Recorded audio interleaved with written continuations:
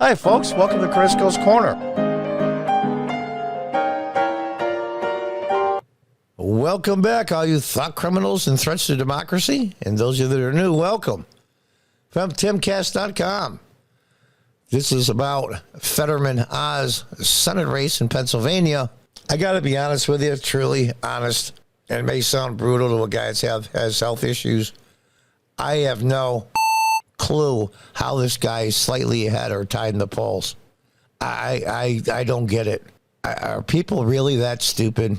On Tuesday, Democratic Pennsylvania Senate candidate John Fetterman opened up about challenges he experiences after suffering a stroke earlier this year. Is a Christian like to not wish somebody that's suffering from a medical issue well? I do wish him well. I really do. I just wish him well somewhere else. He has no way that he should be in the U.S. Senate. I'm sorry. Let's read on. In his first round interview after his stroke in May, MSNBC, which is just as bad as CNN, so they're huge allies of this guy. And you're going to see in a video later what she said. And that's MSNBC. So it's probably 10 times worse. Correspondent Dasha Burns announced that per his campaign's request, Fetterman required closed captioning technology to transcribe their interview. Small talk with the Senate candidate prior to the interview was difficult without the aid of the closed caption software.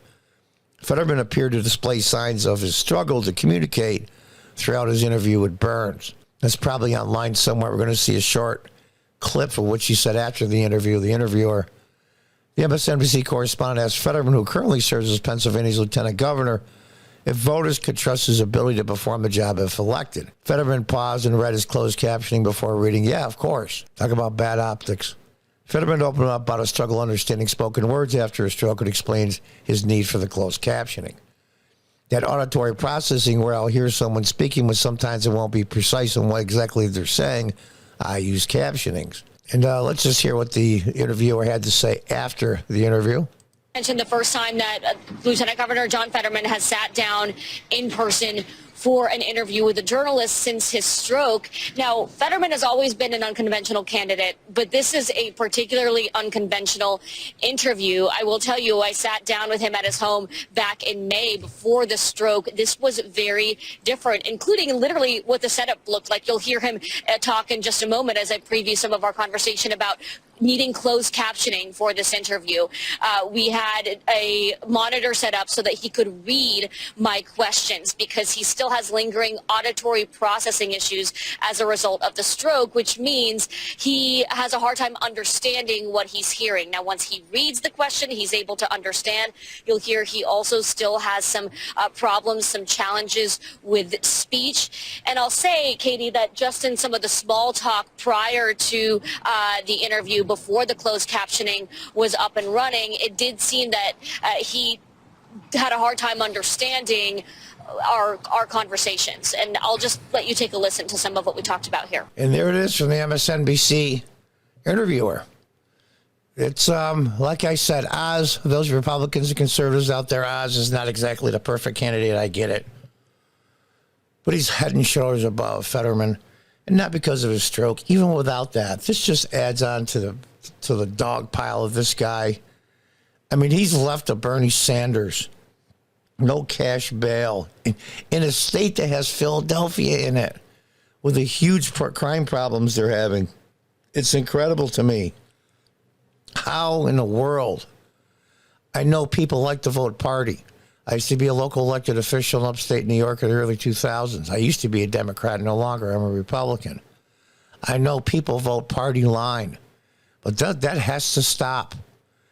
I appeal to the baby boomers, like myself. I'll be 66 next month.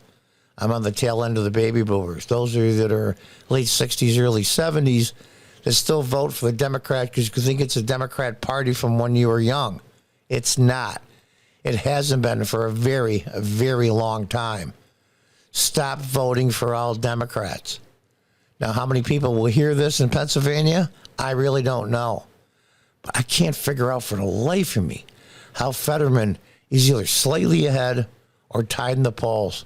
It's a mystery to me. The interviewer said to him, you say you're on the road to full recovery, but right now voters really have to take your word for it.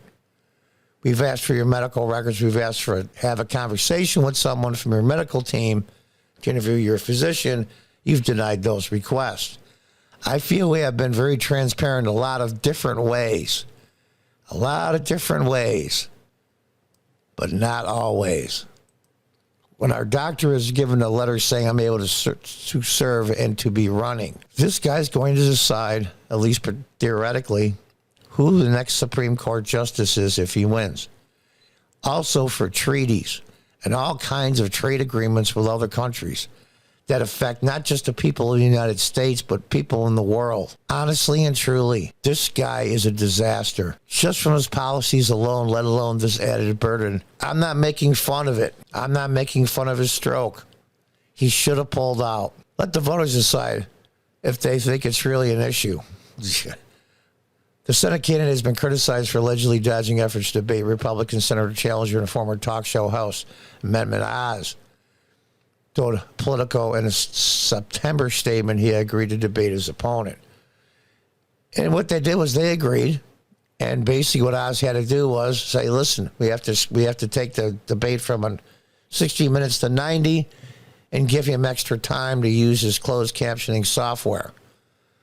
The moderator is required to explain to the audience that Fetterman will use the closed captioning software. The practice debate must not include real debate questions. And a debate must be lengthened to 90 minutes instead of an hour. Both candidates are seeking to fill Pat Toomey's old seat. Now, this may sound, we'll say, mean-spirited or cruel. It isn't like he's blind, okay? I'm sorry. We have to read the question in Braille. Even if you could hear the question, he obviously has difficulties processing information. And to be a U.S. Senator, you're going to have to process a whole lot of information. I wish you well, sir. I just wish you well somewhere else. You have no business being in the U.S. Senate in this condition. I'm sorry. And I think it's unfair that he's given a lot more time to read the question after it's given to him during a debate.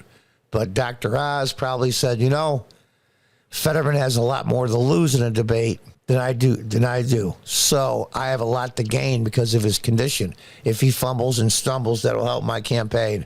So that's probably why he agreed to do the 90 minutes instead of the 60 and give him a chance with a teleprompter, I'll call it for lack of a better term. We'll see what happens. It's October 25th. I'm sure the whole world will be watching that. This guy's a disaster. I'm sorry, he's a disaster. And that was before his stroke. How the hell he made it to the Democratic candidate for the U.S. Senate in a state like Pennsylvania is absolutely beyond comprehension. Until next time, folks, goodbye and good luck.